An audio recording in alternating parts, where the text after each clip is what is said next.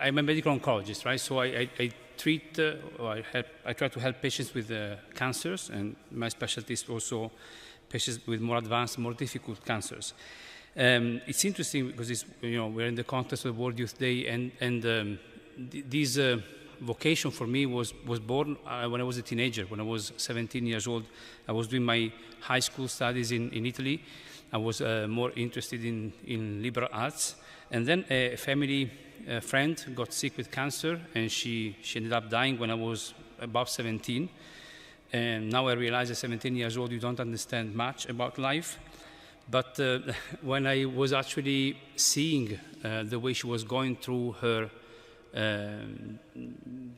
deterioration, the way she accepted what was happening to her in a very pure, dialogue with God, with Christ, and the way the community of the friends around accompanied her to the very end, I was so moved by that maybe that was the first good idea I had in my life. I said I want to do this for life. I want to be taking care of people like this. And even if I was young, as I said, I didn't understand much about life, I could see that it was interesting for me. It was painful and yet interesting at the same time to stay in front of someone like this. I was like, it was the first time I was questioned about suffering, about the meaning of life, the meaning of death. And as uncomfortable as that was, one part of me had the intuition that these were precious questions. I didn't want to waste them. And even, I ended up desiring being in front of these questions for life. And God gave me the grace to be able to, God took very seriously that intuition of a very immature teenager, and that's what I do every day. I try to let these questions be open and reopened all over again by the people I have the grace to encounter every day. The other thing I want to share is that when I was in Italy also, before I moved to Montreal, I had an encounter with a priest, with a movement that was very important for me. And this encounter made faith something very alive in my life. And I'm eternally grateful for that. And, as you go through your training, I went through my training in Italy as a medical student, medical resident, and then again fellow here in Montreal. I encountered many doctors, and from each one of them, you steal something, of the way you want to shape your profession. But I would say the greatest master I had, the person that helped me the most shape my practice, is that priest I met in Italy, 20, 30 years ago, because it's only faith that gives us a very unique intelligence of reality, not intelligence in the mathematical sense of the term, but like this beautiful capacity of seeing what is in front of us. Yes, so the first thing you realize so for me, the adventure every day is to go to work to encounter these people, not because I have to save them, it's really not in my power, but because they come to save me from my, from my measures, from what I already know, from my being close onto myself. And it's so beautiful, to look at reality, to look at the reality of the mystery of these persons in front of you, and let that, teach you something new every day. The first thing you discover, looking at, because the beauty, it's a strange term, the beauty of being in a vulnerable position, like our patients are, is that it makes things more simple in a way. Like I have patients in very difficult situations, but it's like this difficulty, this very mysterious suffering makes things more straightforward, more clear, more simple. All the superficial, banal questions are like all of a sudden they dissipate into nothingness. And we are all together in front of the mystery of life, being called to something new, being called to its fulfillment, being called to its destiny. And this is something that is very unique. And in this sense, you realize that there's no difference. It's not like we have the sick people and us, the doctor, or us, the healthy ones. I think we all went through COVID, right, in the past couple of years, and I realized that all this experience of the COVID has made me a bit more similar to my patients, because we all went through the fear for the future, the uncertainty, the feeling of not being in control, finding yourself angry and frustrated when you should be holy and smiling and you're not. I could see even in my much less dramatic situation of going through COVID compared to my patients going through cancer, but in a way, we all experienced some of this vulnerability in the past couple of years, and I think we can all recognize how this vulnerability can be an opportunity, to make us a bit more honest about and true about ourselves. A very wise person, one of the doctors that I met who's a great mentor to me, he says, a person's identity, each person receives their own identity from the way they're looked at, which is, sounds very complicated, but the point is we live in this ideology, I think, where each one, we talk about freedom as a self-determined, will, but in truth, none of us, it's not a problem of my patients, it's my problem. None of us is able to love oneself. I cannot love myself if I'm not loved first, So the way I look at myself every day is inevitably shaped, by the way I recognize myself loved or esteemed by others around me. And this is, it's like my patients have like no skin and their nerves are extremely vulnerable and sensitive to everything, and you can easily, help them or crush them, with just one observation, one way of looking at them. But again, in a way, this depending on the others, not in the pathological sense of the term, but we are relationship. We are relationship. We are beings that need to be in relationship, that exist only in relationship. And this is true for us even when we think that we have it all under control, and then COVID comes and realize it's a lie. And it's true for us as much as it is for my patients. It's like they remind me every day what my life is all about. So I would say the first need I discover in myself, in looking at my patients and what they remind me of, is this need of being looked at, need of being looked at for my singularity, for who I am, for the singularity I am, exactly. And this is also, I think, I have the fortune of working in a hospital, the Jewish General Hospital, which is a very multicultural place. I meet people of all different backgrounds, and this is very interesting for me. It's very provoking. You cannot take anything for granted. You cannot. You might feel like sometimes you might feel, oh, we don't speak the same language, but it's not true, because humanity is always the same, even in all the different categories. And when I look at these people, like for me, the first way of helping the other and being helped is not so much what we tell them or what we explain them. I never saw anyone that was whose hearts were warmed by a discourse, by an explanation. But first of all, I think it's what we see. What do we see when we look at the suffering person in front of us? What do we see when we look at the mystery of someone? Freedom, being in front. Like, nowadays we have this very provoking, option for our patients, that can ask the medical aid in dying. Even if someone that asks for that, and all of my being instinctively, reacts in a certain way, as Laurence was saying.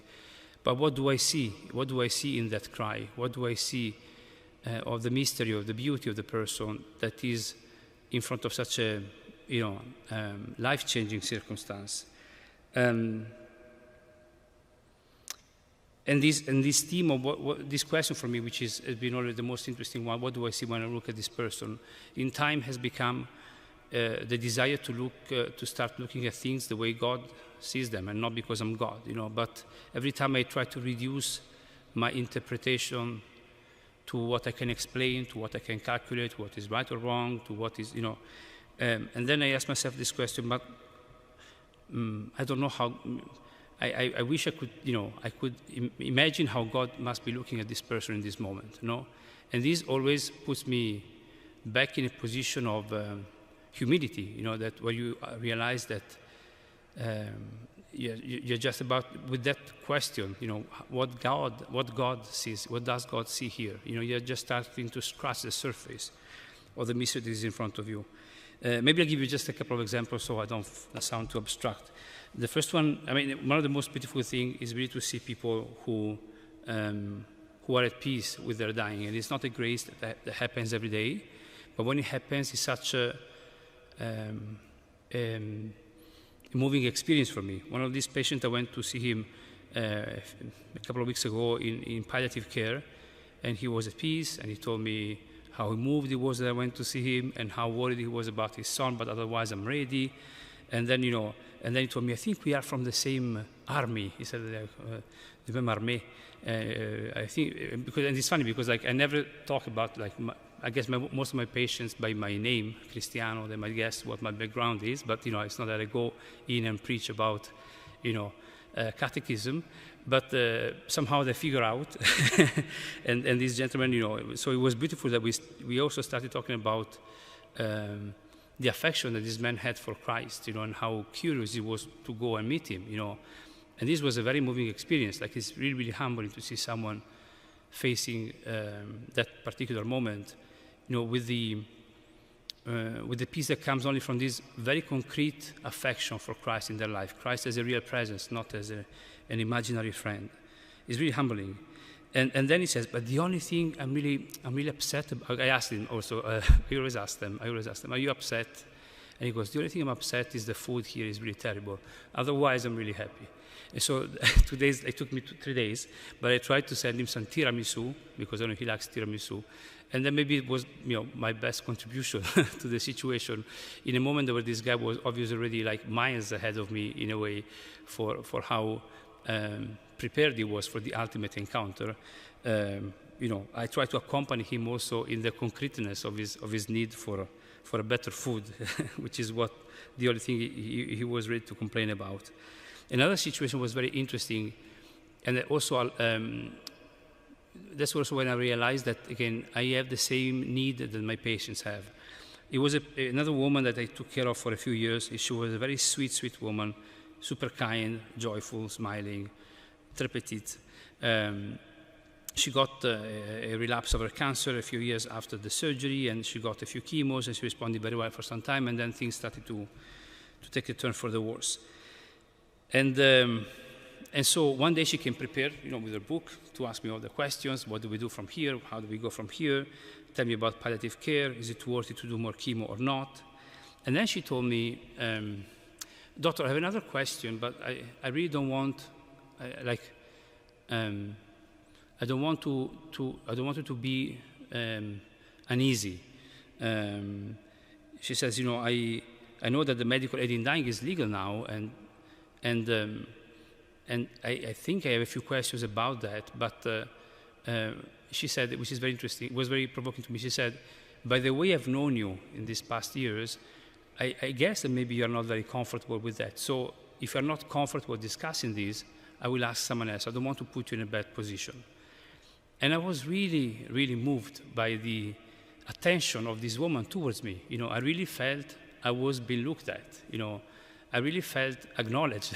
Sometimes it's very frustrating for us also, we always talk about the patients need to be looked at as persons and not just as numbers or statistics, but even the doctors have the same need, right? I cannot just be the provider of a service and go through the day, as if I was, serving, sandwiches, with all due respect for the people that serve sandwiches, but like, I also need to be looked at, and in the relationship that developed with this woman, without ever explicitly, mentioning my faith or my beliefs, in the way I was taking care of her, in the way I was looking at her, I guess, she had an intuition, I would say, that maybe this idea of the medical aid in dying was not something that I was, let's say, in favor of. So I first of all, I really thanked her, for the discretion she had, also of not saying, it's my right to hear about this, you owe me the explanation, tell me everything, but to have this careful discretion towards me in approaching the topic. And then I told her, you're right, I don't like that, but I'm happy to discuss with you if you want and tell you why I don't like that, right? And it was one of the most beautiful discussions we had, which was not at all theoretical. I don't think you can pretend, and this, I cannot pretend that this law is not here, unfortunately. But in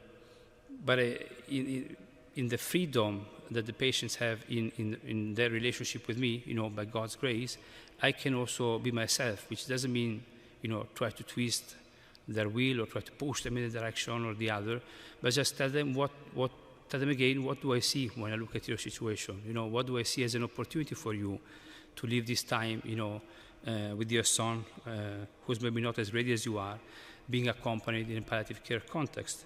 And in my experience, when patients are proposed palliative care in an adequate way, it's very exceptional that they follow through with the medical aid in dying. So again, this needs to be looked at. I think that my colleagues say that they know when I'm there because they can hear the loud laughter through the door. I'm Italian, I can be loud, obviously. But there is I think I don't know if it's part of the treatment, but you prescribe chemotherapy, you prescribe all sorts of treatments. But I want to believe that the first way that we support one another, I support my patients and they support me, is the enthusiasm for what is there, the enthusiasm for the beauty of these people in front of me, for the beauty of life itself, for the gift of life. And you realize that you don't need to say that in a theoretical way. It's not that you take 5 minutes to discuss the side effects of the chemotherapy and then 2 minutes to discuss in abstract terms why life is beautiful or why you shouldn't go for medical aid in dying. But it's just if you bring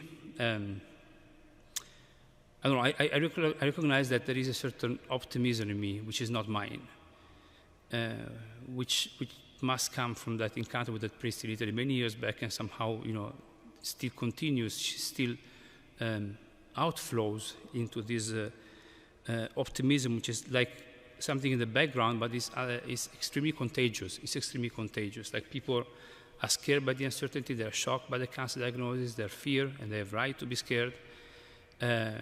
But if I have a certain optimism in the way I approach their situation, that's so. I understand that this is very that speaks to their heart, in a way that it becomes very contagious. And I guess the real question becomes, what is this optimism? Or one of the questions that were on the on the topics for the flyers today, I think, was about hope.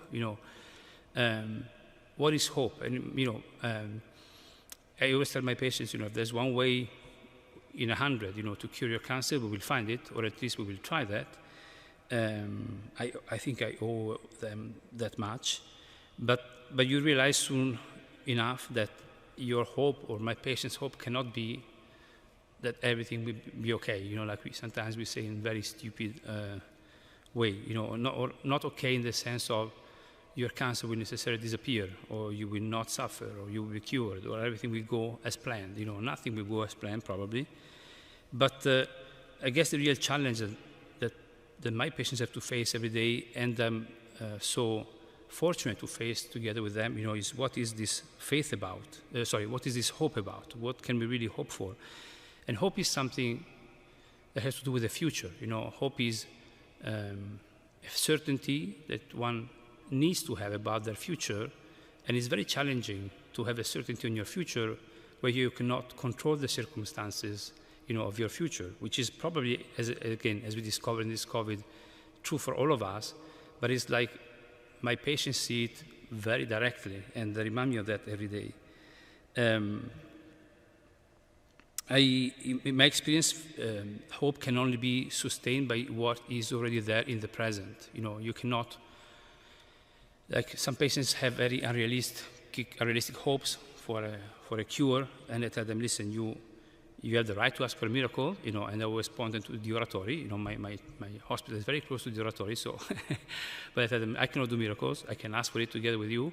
We can try this treatment, and we see if it works.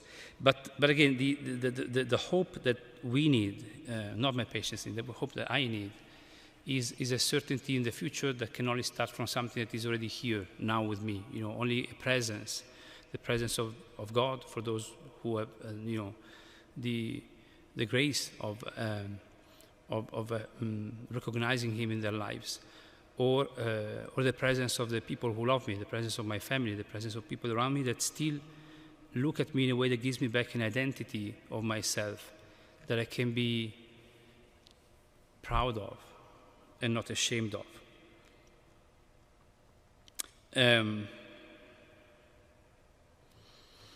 So again, I prescribe medications every day to all sorts of medications, some of them really, really interesting. We have very exciting studies going on. But the most therapeutic thing for me and for all of us, I think, is the power of the encounter. The encounter of the other as someone other than yourself, someone that forces you to come out of yourself. One of these most powerful experiences for me was,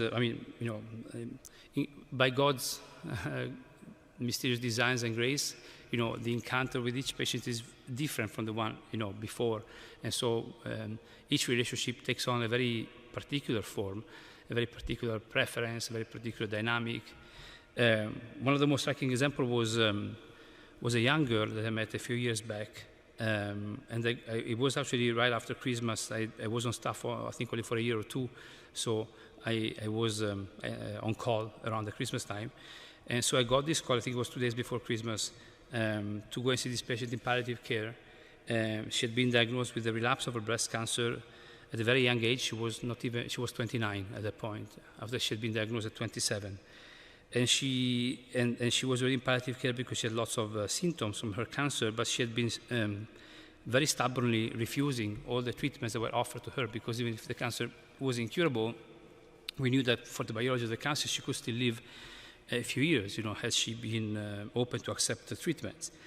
And the palliative care doctors, they told me, we feel that maybe she rushed a bit on this decision on not taking any treatment. Would you want to come and meet with her? So I went to meet her, I think, on December 23rd, and I met her and her mom.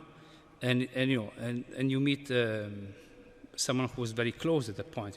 She was really closed up in her, I guess, in her fears. And it was not an immediate relationship. Sometimes you just start by listening, just introducing yourself and giving space to the other.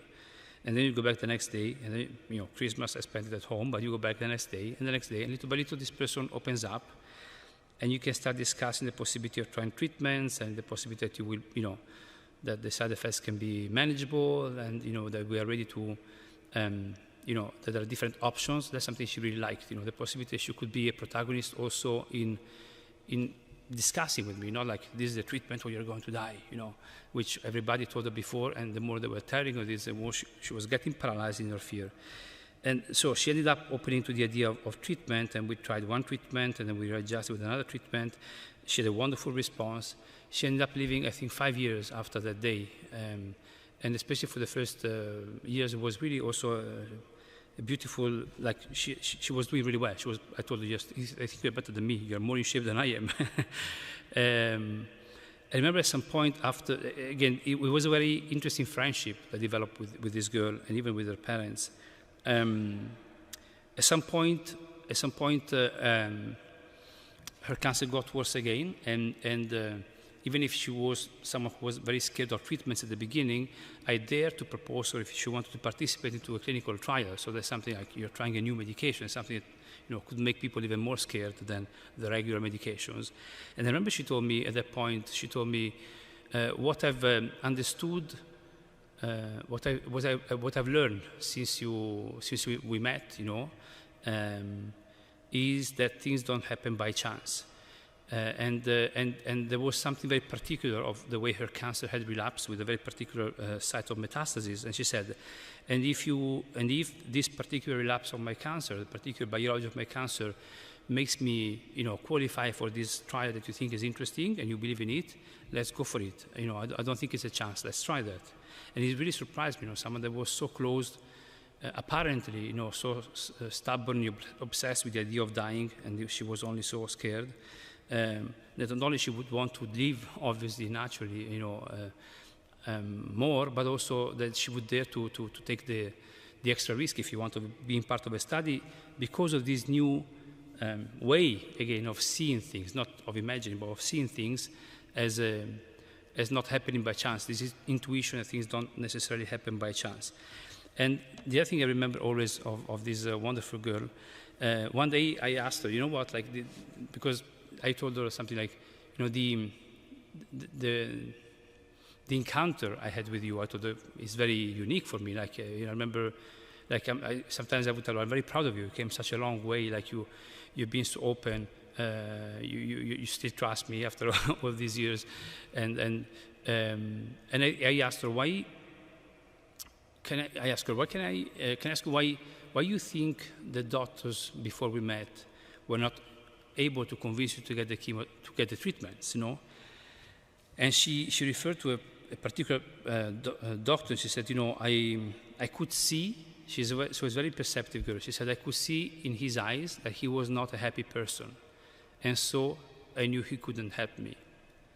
And this really caught me by surprise, you know, like, what an intelligent observation. Again, that colleague of mine, I think, was also going through a difficult time in his life at that particular time. And so, but the perception of this girl is like, patients are so aware of their need that you cannot fool them, you know.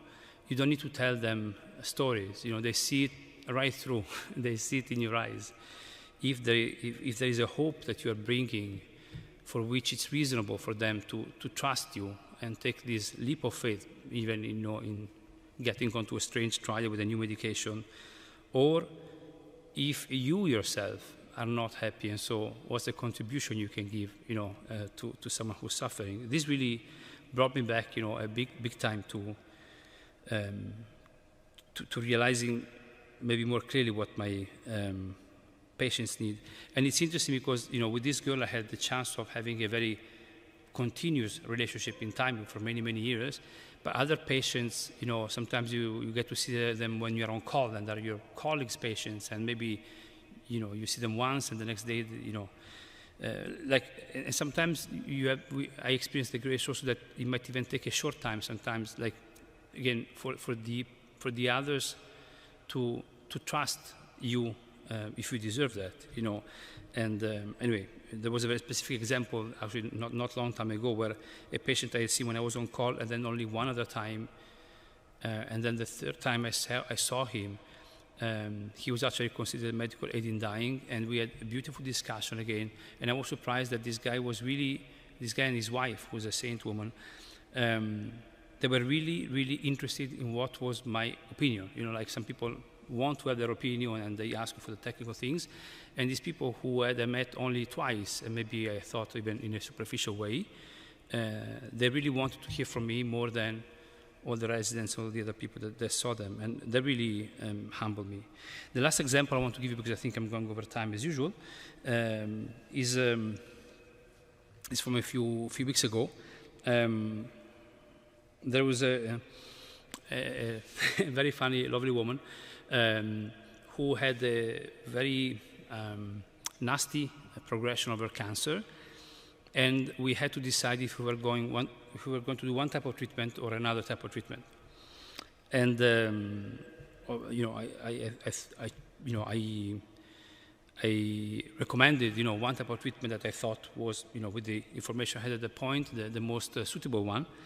And 3 months later, we realized that wasn't working at all, and the cancer was progressing really bad, and she wouldn't even have the time to try, you know, the alternative treatment. These things happen, obviously, it's part of my job, but I was saddened, you know, and I guess as usual, you know, even if you don't admit it to yourself, maybe I was blaming myself and saying, you know, you are the expert of breast cancer, how come you didn't guess right, what's wrong with you? You know, maybe blaming yourself for not being God, I guess. But at the same time, you know, going back to the first point, this need to be seen, and also the need to be forgiven, I guess, which, you know, you cannot forgive yourself. So I went to see her on the floor, and you know, to discuss, you know, that her liver was failing, and so there was no space for any other treatments. And we discussed about the palliative care option. You know, I remember I was holding her hand the whole time, and she was looking at me straight in the eyes. She had these very blue, piercing eyes, very dignified, very beautiful woman. We discussed about life, about the palliative care, about her husband. I asked her if she was angry. She said, no, I'm ready for this. I mean, I'm sad, but I think I'm prepared. And then I asked her, is there anything else I can do for you? And she said, please continue to be who you are. which really took me by surprise again. In that moment, I felt immediately forgiven, and not forgiven, even more than that, just taken away to a totally other level, from all my analysis of the situation and how I should have guessed better for her treatment. It was like a slap, like God telling me, but don't you know that, what's happening here is slightly bigger than your analysis and evaluations and recrimination about yourself. Don't you realize that I am the one, fulfilling the life of this person, and it's not in your hands? And just be who you are. Just be certain of me, and this is enough. And this is enough. I'm very grateful to the Pope also, because he continuously provokes me to look at the others in a way that continuously takes me out of my own measure, to let myself be provoked by these encounters, be looked at by my patients, who sometimes worry about me more than I worry about them. Are you eating okay? Are you losing weight? Are you stressed? No, don't worry. And also, the first Jubilee that Pope invited us to many years back, and we'll be forever grateful, this category of mercy, which is something so, which is what we need. I need mercy in my life. Everybody, my patients need mercy. And mercy is not my measures. Mercy is not my assessment, my categories of what is right or wrong. Mercy is this woman that looks at you and tells you, continue to be who you are, and you start asking yourself, but who am I? I don't even know the answer to that. And you understand that what happens every day, in the craziness of my clinics, as something divine already in this world that awaits to be seen. Thank you.